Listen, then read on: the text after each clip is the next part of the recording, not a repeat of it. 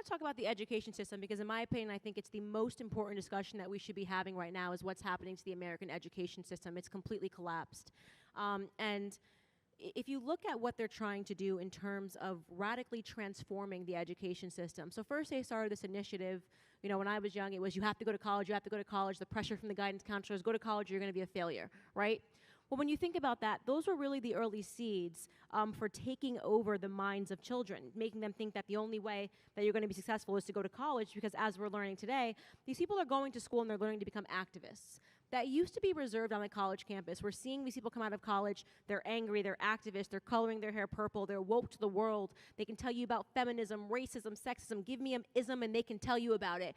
But they can't do basic things like change a light bulb, right? So what we're doing right now is the education system, especially with this new initiative called critical race theory, which is an abomination. We'll get into that in a second. It's an absolute abomination. You're teaching children how to hate one another. It's the exact opposite of what Martin Luther King's dream was, right? Teaching people how to hate each other.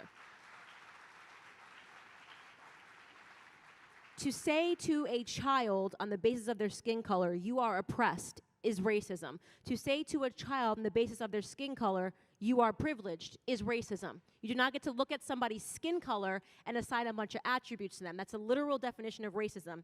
But why are they starting this initiative? In my opinion, they're starting this initiative because, first and foremost, they seek to divide people, but also because what they're simultaneously doing is they're replacing hard academics, meaning kids today, they can tell you all about the problems in the world, but they can't solve their math homework, right? So they're not learning the hard academics like math, engineering. We're producing right now in America, and I learned this through a Thomas Sowell book, this is the dumbest kids that have ever existed in America. They know nothing. They're failing their SATs, and yet, interestingly, there have never been more degrees handed out. So they're not passing the tests, but they're all getting degrees. The question is why? Why are we handing out meaningless degrees in feminist dance theory, in Latinx studies, Latinx studies, which is like, if you even use the word Latinx, I can tell you real quick you're not a Latino, right? The whole language would have to be redone if you started replacing it with an X. Everything is a girl or a woman. They're teaching transgendered studies, pick your gender. What do you think is the evil and the goal in doing this when these kids actually know nothing, but you're convincing them with these meaningless degrees that they know everything? Yeah, I think it's a diversion of the mind, man. You got them thinking about this. This is important. Your gender, how you feel, and all these other things are important. But that's not reality. I wish that they would teach people, to be married and to raise a family and to have integrity. And I talk to a lot of people, this victim stuff that they create in people's hearts is I talk to people that disagree with me, and many of them come from a perspective of being a victim. I can never be this. This is the problem. This is where the problem is at. And the way I was raised and the way I look at it now is that focused on solutions. Work harder than everybody else. That has nothing to do with the color of your skin. Be a good person to other people. And it goes back to God to me. Like when I got saved, I started realizing that color don't mean nothing. We're all God's children, and we should treat each other that way.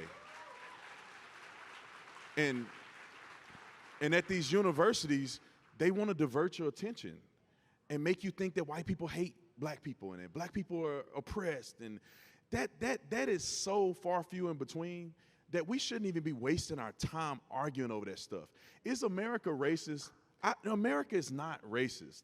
Are there people in America that are racist? Yes. People hate people since Jesus them days. And it goes both ways. When I was growing up, you could never bring a white girl home. Are you raise your hand if that's how you grew up. Just be honest. And I'm not trying to put nobody on blast, but it's like, you can't bring no white girl home. What's wrong with you, bro? You a sellout. If you made straight A's, you straight A's. You put your pants on your waist, you go to school, you articulate yourself, you sound really smart. You trying to be white, as if that's a bad thing. And those things, I believe in culture, needs to change. I think, and I know you agree with me, Candace, that I feel like black people in this country, and I'm speaking of black people because I grew up around black people. I don't know what it's like to be white. I just know what it's like to be black. So I remember black people used to be way bolder, smarter, you know, they demand when they come into a room, it's like, man, that brother's sharp, man, that brother is a leader. They walked around with their chest out and their head high. I mean, think about Martin Luther King in the protest. They had suits on. They getting sweaty with suits on. Martin Luther King coming out of jail just with his neck, you know, his one button loose with a tie on. They were respectable. They were strong, bold. You see men leading. And now I just see emotionalism. I see the product of a failed marriage where single mom, and I'm not bashing single moms, but everybody out here know that that's not the way God designed it. Now, if you got the cards, play the cards that was dealt to you. But God wanted strong men to be in the family, leading these young men to be courageous and teaching them what to do, how to present yourself, how to go to a job interview, how to have courage. And we just have lost that. And now it's this feminization of men. Now they wearing dresses. Now they get into their feelings. You know. If you are a man, you are not allowed to have a feeling. You don't, bruh, cry in the car. Y'all remember what's that Friday? He gonna cry in the car, y'all. He cried in the car. He wasn't out in the public crying and being soft. I'm just gonna be honest, man. What happened to men? And it's funny that you're talking about that, because what all of these things have in common, and especially when you look at the left, is that it's an attack on family, right? So whenever you look up at the left and you go, they seem to be running in so many different directions. Like, you know, why are we talking about bathroom signs? Like, we have nothing more important to do than talk about bathroom signs. But like, yes, like, no, all bathroom signs need to be changed. And you're like, okay, well, what does that have to do with all, you know, race? We need to focus on race. We need to talk about the transgender, you know, agenda, kids picking their gender. There's now 27, you know, genders, feminism, I hate men, the patriarchy. Why are all these women so angry? The Me Too movement. Well, what does all of this have in common? And the truth is that it's an attack on the family, right? If you are a child today and in certain school districts, they are allowing, you know, teaching children that they can pick their gender and all this stuff, and that they are believing and fighting for the right for children to have corrective surgery is what they're calling it. It's a nice name for mutilating your genitals, right, at a young age.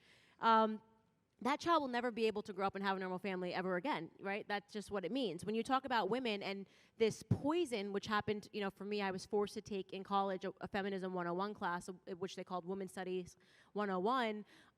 You know, we were taught, it didn't matter what happened, it was a textbook that we had.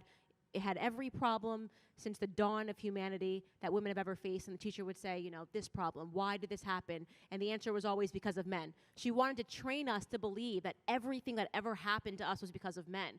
Well, what is she doing with that? She's making it so that we're wearing rose-colored glasses, and no matter what, we think men are horrible human beings, right? And that's an attack on the family, because you can't have a functional relationship if you look up and every time you see a man, you see a problem, right?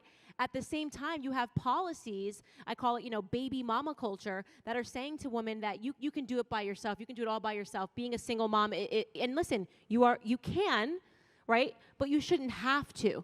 That's very difficult for a child to get ahead when they only have one parent. It's very difficult. So you routinely see this attack on the family, and what's behind that, in my opinion, is government. Because in order for a government to grow, that government needs to make sure you believe that every problem that you have, they have an answer for, not your mom and dad at home. They want to become both your mother and your father.